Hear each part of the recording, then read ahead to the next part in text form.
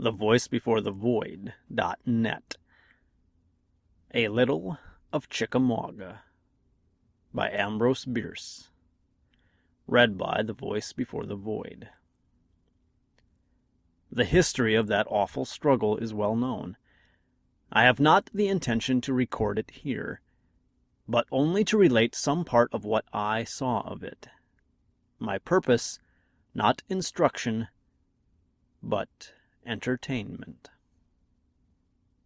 I was an officer of the staff of a federal brigade. Chickamauga was not my first battle by many, for although hardly more than a boy in years, I had served at the front from the beginning of the trouble, and had seen enough of war to give me a fair understanding of it. We knew well enough that there was to be a fight. The fact that we did not want one would have told us that, for Bragg always retired when we wanted to fight, and fought when we most desired peace. We had maneuvered him out of Chattanooga, but had not maneuvered our entire army into it, and he fell back so sullenly that those of us who followed, keeping him actually in sight, were a good deal more concerned about effecting a junction with the rest of our army than to push the pursuit. By the time that Rosecrans had got his 3 scattered corps together, we were a long way from Chattanooga, with our line of communication with it so exposed that Bragg turned to seize it. Chickamauga was a fight for possession of a road. Back along this road raced Crittenden's corps, with those of Thomas and McCook, which had not before traversed it. The whole army was moving by its left. There was sharp fighting all along and all day, for the forest was so dense that the hostile lines came almost into contact before fighting was possible. One instance was particularly horrible. After some hours of close engagement, my brigade, with foul pieces and exhausted cartridge boxes, was relieved and withdrawn to the road to protect several batteries of artillery, probably 24 pieces, which commanded an open field in the rear of our line. Before our weary and virtually disarmed men had actually reached the guns, the line in front gave way, fell back behind the guns, and went on, the Lord knows whither. A moment later the field was gray with Confederates in pursuit. Then the guns opened fire with grape and canister, and for perhaps 5 minutes, it seemed an hour, nothing could be heard but the infernal din of their discharge, and nothing seen through the smoke but a great ascension of dust from the smitten soil. When all was over and the dust cloud had lifted, the spectacle was too dreadful to describe. The Confederates were still there, all of them it seemed, some almost under the muzzles of the guns. But not a man of all these brave fellows was on his feet, and so thickly were all covered with dust that they looked as if they had been reclothed in yellow. "We bury our dead," said a gunner, grimly, though doubtless all were afterward dug out, for some were partly alive. To a day of danger succeeded a night of waking. The enemy, everywhere held back from the road, continued to stretch his line northward in the hope to overlap us and put himself between us and Chattanooga. We neither saw nor heard his movement, but any man with half a head would have known that he was making it, and we met by a parallel movement to our left. By morning we had edged along a good way, and thrown up rude entrenchments at a little distance from the road, on the threatened side. The day was not very far advanced when we were attacked furiously all along the line, beginning at the left. When repulsed, the enemy came again and again. His persistence was dispiriting. He seemed to be using against us the law of probabilities. For so many efforts, one would eventually succeed. One did, and it was my luck to see it win. I had been sent by my chief, General Hazen, to order up some artillery ammunition, and rode away to the right and rear in search of it. Finding an ordnance train, I obtained from the officer in charge a few wagons loaded with what I wanted, but he seemed in doubt as to our occupancy of the region across which I proposed to guide them. Although assured that I had just traversed it, and that it lay immediately behind Wood's division, he insisted on riding to the top of the ridge behind which his train lay, and overlooking the ground. We did so, when, to my astonishment, I saw the entire country in front swarming with Confederates. The very earth seemed to be moving toward us. They came on in thousands, and so rapidly that we had barely time to turn tail and gallop down the hill and away, leaving them in possession of the train, many of the wagons being upset by frantic efforts to put them about.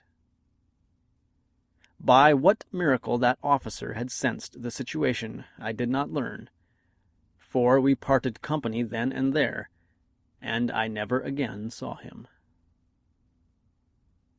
By a misunderstanding, Wood's division had been withdrawn from our line of battle just as the enemy was making an assault. Through the gap of a half a mile, the Confederates charged without opposition, cutting our army clean in two. The right divisions were broken up, and with General Rosecrans in their midst, fled how they could across the country, eventually bringing up in Chattanooga, whence Rosecrans telegraphed to Washington the destruction of the rest of his army. The rest of his army was standing its ground. A good deal of nonsense used to be talked about the heroism of General Garfield, who, caught in the rout of the right, nevertheless went back and joined the undefeated left under General Thomas. There was no great heroism in it. That is what every man should have done, including the commander of the army. We could hear Thomas's guns going, those of us who had ears for them, and all that was needful was to make a sufficiently wide detour and then move toward the sound. I did so myself, and have never felt that it ought to make me president. Moreover, on my way I met General Negley, and my duties as topographical engineer having given me some knowledge of the lay of the land, offered to pilot him back to glory. I am sorry to say, my good offices were rejected a little uncivilly, which I charitably attributed to the General's obvious absence of mind. His mind, I think, was in Nashville, behind a breastwork. Unable to find my brigade, I reported to General Thomas, who directed me to remain with him. He had assumed command of all the forces still intact, and was pretty closely beset. The battle was fierce and continuous, the enemy extending his lines farther and farther around our right, toward our line of retreat. We could not meet the extension otherwise than by refusing our right flank and letting him enclose us, which but for gallant Gordon Granger he would inevitably have done. This was the way of it. Looking across the fields in our rear, rather longingly, I had the happy distinction of a discoverer. What I saw was the shimmer of sunlight on metal. Lines of troops were coming in behind us. The distance was too great, the atmosphere too hazy to distinguish the color of their uniform, even with a glass. Reporting my momentous find, I was directed by the general to go and see who they were. Galloping toward them until near enough to see that they were of our kidney, I hastened back with the glad tidings, and was sent again to guide them to the general's position. It was General Granger with 2 strong brigades of the reserve, moving soldier-like toward the sound of heavy firing. Meeting him and his staff, I directed him to Thomas, and, unable to think of anything better to do, decided to go visiting. I knew I had a brother in that gang, an officer of an Ohio battery. I soon found him near the head of a column, and as we moved forward, we had a comfortable chat amongst such of the enemy's bullets as had inconsiderately been fired too high. The incident was a trifle marred by one of them unhorsing another officer of the battery, whom we propped against a tree and left. A few moments later, Granger's force was put in on the right, and the fighting was terrific. By accident, I now found Hazen's brigade, or what remained of it, which had made a half-mile march to add itself to the unrouted at the memorable Snodgrass Hill. Hazen's first remark to me was an inquiry about that artillery ammunition that he had sent me for. It was needed badly enough, as were other kinds. For the last hour or two of that interminable day, Granger's were the only men that had enough ammunition to make a 5 minutes' fight. Had the Confederates made one more general attack, we should have had to meet them with the bayonet alone. I don't know why they did not. Probably they were short of ammunition. I know, though, that while the sun was taking its own time to set, we lived through the agony of at least one death each, waiting for them to come on. At last it grew too dark to fight. Then, away to our left and rear, some of Bragg's people set up the rebel yell. It was taken up successively and passed round to our front, along our right, and in behind us again, until it seemed almost to have got to the point whence it started. It was the ugliest sound that any mortal ever heard, even a mortal exhausted and unnerved by 2 days of hard fighting, without sleep, without rest, without food, and without hope. There was, however, a space somewhere at the back of us, across which that horrible yell did not prolong itself.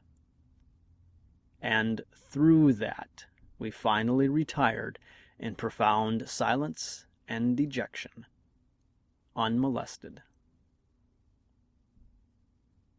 To those of us who have survived the attacks of both Bragg and Time, and who keep in memory the dear dead comrades whom we left upon that fateful field, the place means much. May it mean something less to the younger men whose tents are now pitched there, with bended heads and clasped hands. God's great angels stood invisible among the heroes in blue and the heroes in gray, sleeping their last sleep in the woods of Chickamauga.